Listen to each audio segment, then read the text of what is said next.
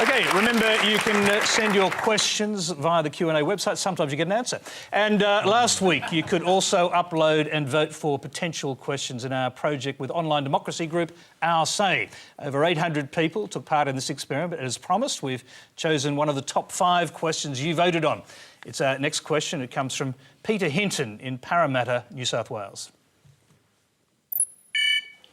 Why is the federal government spending more than $200 million on a program that allows our vulnerable school children to be counselled by men who believe that most of life's problems can be resolved by talking to an invisible despot in the sky?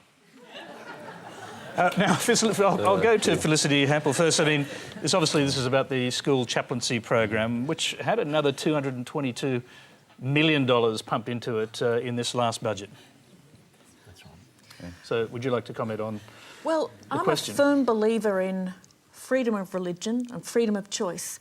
I think in a state education system, if we're going to be true to not having a state religion, we shouldn't have chaplains of any denomination in state schools. If children or their parents want to have a religious education, I see that as a family choice or an individual choice.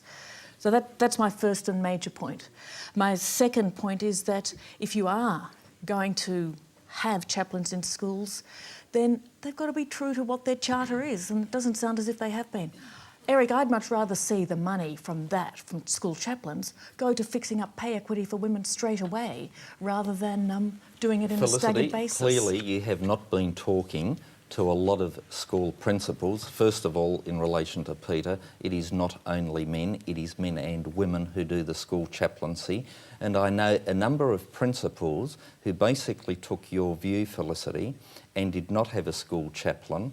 They then spoke to fellow principals, saw how good it was for the students, and they've said to me, Eric, we've changed our mind. We are now going to get school chaplains because it is so good for the school community to have somebody to talk to who isn't a professional counsellor attached to the school in that formal sense, and it has been a great breakthrough, a fantastic program, and if I might say, most of the chaplains work and give a lot more than they're actually paid for, and that is why they have been so overwhelmingly accepted by their school communities. Quick question, going back to Felicity's earlier point. Do the chaplains who've actually been using this opportunity to try and convert students to Christianity, are they spoiling, or do they spoil the project? As I understand it, that has not been happening, and it has been... Well, there's an investigation into it right now. Well, as I understand it, it has, but maybe we've got a different understanding. But look, if you want pastoral care, you don't need a minister from a particular religion to provide it. But what you're doing is taking away the chaplains. But if you want pastoral care, you don't need religious people who are commenting on a program committed to one particular religion. They are not ministers of religion. Religion's a private choice. No, they are not ministers of religion. In state schools. I think all the school chaplains I've bumped into are not ministers of religion. Can you just explain very briefly, what are they? They have been appointed at the request of the school, so it is up to each individual school to determine. What is their connection with the church, with the various churches? They can be of any persuasion that they like, including non-believers. As I understand it,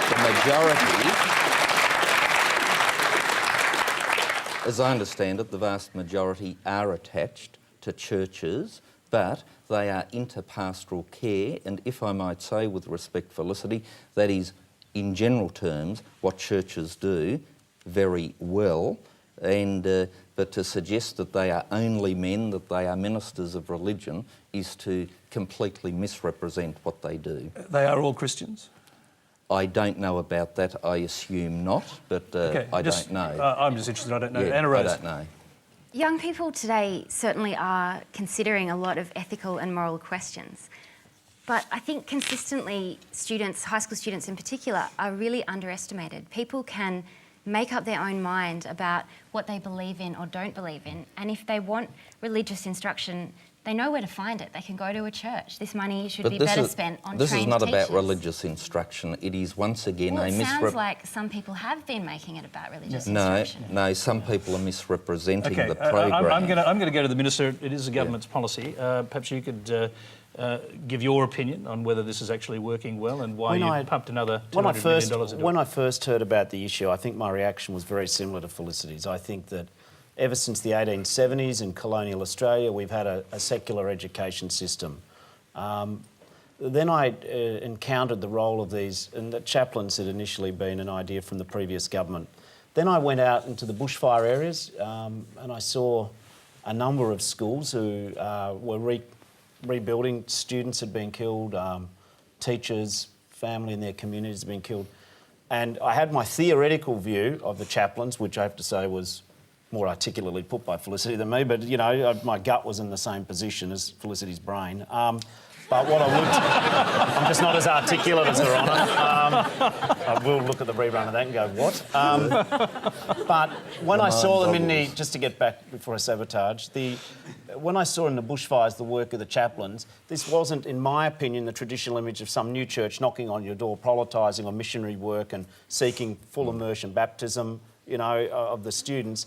In fact, there is a gap in schools, in some schools, where the work of welfare and guidance done in a non-sort of missionary, you must join this faith. I tell you, they worked in the bushfires. And I suppose I've had to reconsider my view. There's some people I respect who have very strong views against it, and I can see the points that both Anna and Felicity made. But I have to say that I know children who attend within my own family. You've got the option of your child not going to listen to this person. Now, you can argue, why should you have an optional chaplain which you can opt out of in a school and say, well, that money's better spent elsewhere? That's fine, I understand that. But I also know that when it's been put to the test, I have to say, the chaplaincy's worked. OK. I'll very quickly go to John Roscombe on this. I mean, you don't believe in the government funding public education. No, how do you... Tony, I didn't... No, he didn't say that. Tony, go back to the tape. I didn't say that. No, look, I think Felicity's misguided. Australia is a country based on a Judeo-Christian ethic. Most Australians regard themselves as Christian. This is a voluntary program. Listen to the parents. Parents are calling for more religion. They're calling for more guidance. Where has the majority of growth in school enrolments come from? It's come from religious, non-government schools. I don't see any problem with a program that gives parents and students the choice of accessing chaplains in schools. I'm going to interrupt you. I've got hands going up all over the place, so we'll take at least one from down the bottom here. Sure, just very quickly, how does this issue link to youth mental health? I read a statistic today from the ABS saying that between 2004 and 2006, suicide was the second leading cause of death for young people aged between 15 and 24, only behind motor vehicle accidents. So how does this debate relate to the issue of mental health in young people? That was in fact one of the drivers. That was in fact one of the drivers when the Howard government implemented the scheme, that there were some holes in the systems that were in place, especially for students to access, and we thought a voluntary chaplaincy system that was to be determined by each school and voluntarily accessed by students would be beneficial, and all the accounts seem to be that it has been beneficial.